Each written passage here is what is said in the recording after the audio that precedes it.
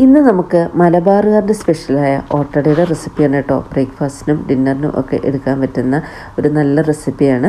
നമ്മുടെ beef, mutton, chicken, അതുപോലെ തന്നെ നമുക്ക് കടലക്കറി, അങ്ങനെയൊക്കെ എല്ലാത്തിനെയും കൂടെ പോകുന്ന ഒരു അടിപൊളി കോംബോ ആയിരിക്കും കേട്ടോ. അപ്പോൾ നമുക്ക് എങ്ങനെയാണെന്ന് നോക്കിയാലോ. So welcome back to my channel. നമുക്ക് റെസിപ്പിയിലേക്ക് പോകാം.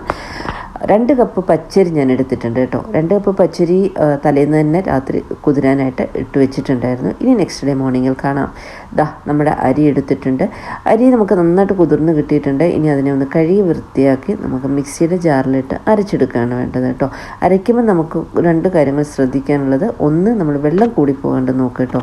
വെള്ളം ഞാനിപ്പോൾ 2 കപ്പ് അരി എടുത്തിട്ടുണ്ടെങ്കിൽ അതിൽ ഞാൻ 1.25 ഗ്ലാസ് വെള്ളം മാത്രമാണ് ചേർത്തിരിക്കുന്നത്.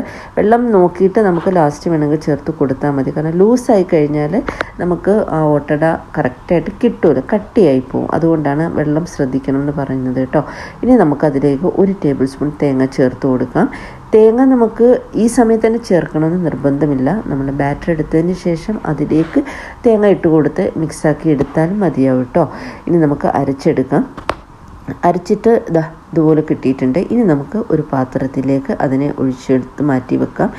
ഇനി നമുക്ക് ചേർക്കേണ്ടത് ഉപ്പാണ്. നമ്മൾ ഒഴിക്കുന്ന സമയത്ത് ശ്രദ്ധിക്കേണ്ടത് വെള്ളം കൂടിപ്പോകാണ്ട് തന്നെ നോക്കുക എന്നുള്ളതാണ്. കുറച്ച് കട്ടിയായിട്ടുണ്ടെങ്കിൽ ആവശ്യത്തിന് കുറച്ച് മിക്സിയുടെ ജാറിൽ തന്നെ വെള്ളം എടുത്തിട്ട് അതിലേക്ക് ഒഴിച്ച് ഒന്ന് ലൂസാക്കി എടുക്കുക കേട്ടോ.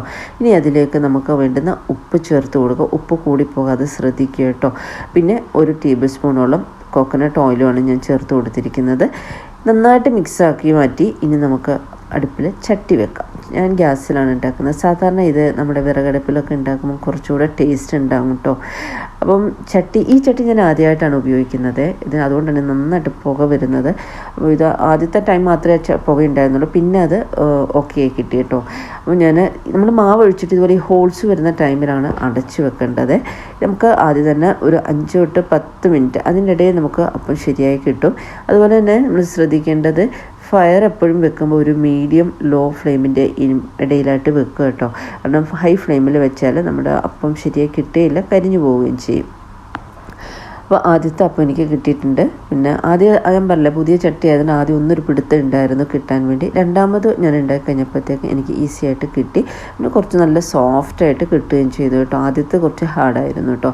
അപ്പം നിങ്ങളുടെ കയ്യിൽ ഓൾറെഡി യൂസ് ചെയ്യുന്ന ചട്ടിയാണെങ്കിൽ ഈ പ്രശ്നം ഉണ്ടാവില്ല. ഞാൻ പറഞ്ഞല്ലോ, ചട്ടിയെ ഫസ്റ്റ് ടൈമാണ് ഈ ചട്ടി യൂസ് ചെയ്യുന്നത്. അതുകൊണ്ടാണ് ആ ബുദ്ധിമുട്ട് വന്നത് കേട്ടോ. അപ്പം നമുക്ക് ബ്രേക്ക്ഫാസ്റ്റിനും ഡിന്നറിനും ഒക്കെ എടുക്കാൻ പറ്റുന്ന അടിപൊളിയായിട്ടുള്ള ഒരു റെസിപ്പിയാണ് കേട്ടോ. എല്ലാവരും ട്രൈ ചെയ്ത് നോക്കുക. ഇത് എല്ലാവർക്കും അറിയാവുന്നതായിരിക്കും, എങ്കിലും പുതുതായിട്ടൊക്കെ കുക്കിംഗ് പഠിച്ചു വരുന്നവർക്കൊക്കെ വളരെ യൂസ്ഫുൾ ആയിരിക്കും.